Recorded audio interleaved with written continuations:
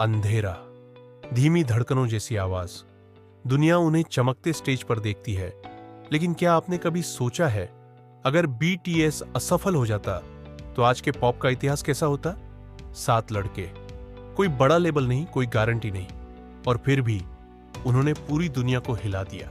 यह कहानी है एक ऐसे सफर की जो टूटने के बेहद करीब था। साल 2010, दक्षिण कोरिया।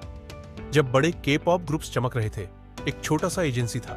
बिग हिट, पैसे कम थे, संसाधन कम थे और उम्मीद लगभग शून्य। 7 ट्रेनिंग रूम में पसीना बहाते लड़के, RM, Jin, Suga, J Hope, Jimin, V और जुकुक, लोग हंसते थे, कहते थे ये कभी नहीं चलेंगे।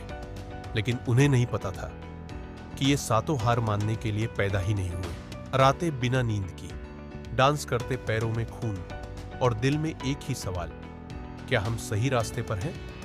स्यूगा ने लगभग ग्रुप छोड़ दिया था। जिन को अपनी काबिलियत पर शक था।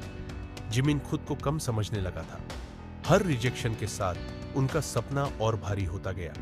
और एक वक्त ऐसा आया जब बीटीएस का टूटना तय सा लग रहा था। लेकिन तभी कुछ बदल गया। बीटीएस ने वही किया जो कोई और करने की हिम्मत नहीं करता था। उन्होंने परफेक्ट दिखने की कोशिश नहीं की। उन्होंने सच बोलना शुरू किया।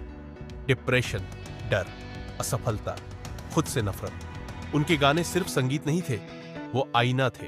और उस आईने में दुनिया के लाखों युवाओं ने खुद को देखा। यहीं से जन्म हुआ आर्मी का। कोरिया से बाहर, पहले एशिया, फिर अमेरिका और फिर पूरी दुनिया। बिलबोर्ड चार्ट्स, यूनाइटेड नेशंस का मंच, ग्रैमी की सीढ़ियां। लोग पूछने लगे, ये बीटीएस आखिर है क्या?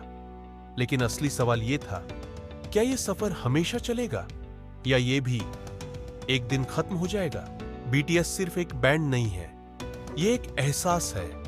यह सबूत है कि अगर आप टूटे हुए हैं तो भी आप खड़े हो सकते हैं। 7 लड़के जो कभी नजरअंदाज किए गए थे, आज लाखों दिलों की आवाज है। और शायद यही वजह है कि बीटीएस कभी खत्म नहीं होता, क्योंकि लेजेंड्स रुकते नहीं, वो इतिहास बन जाते हैं।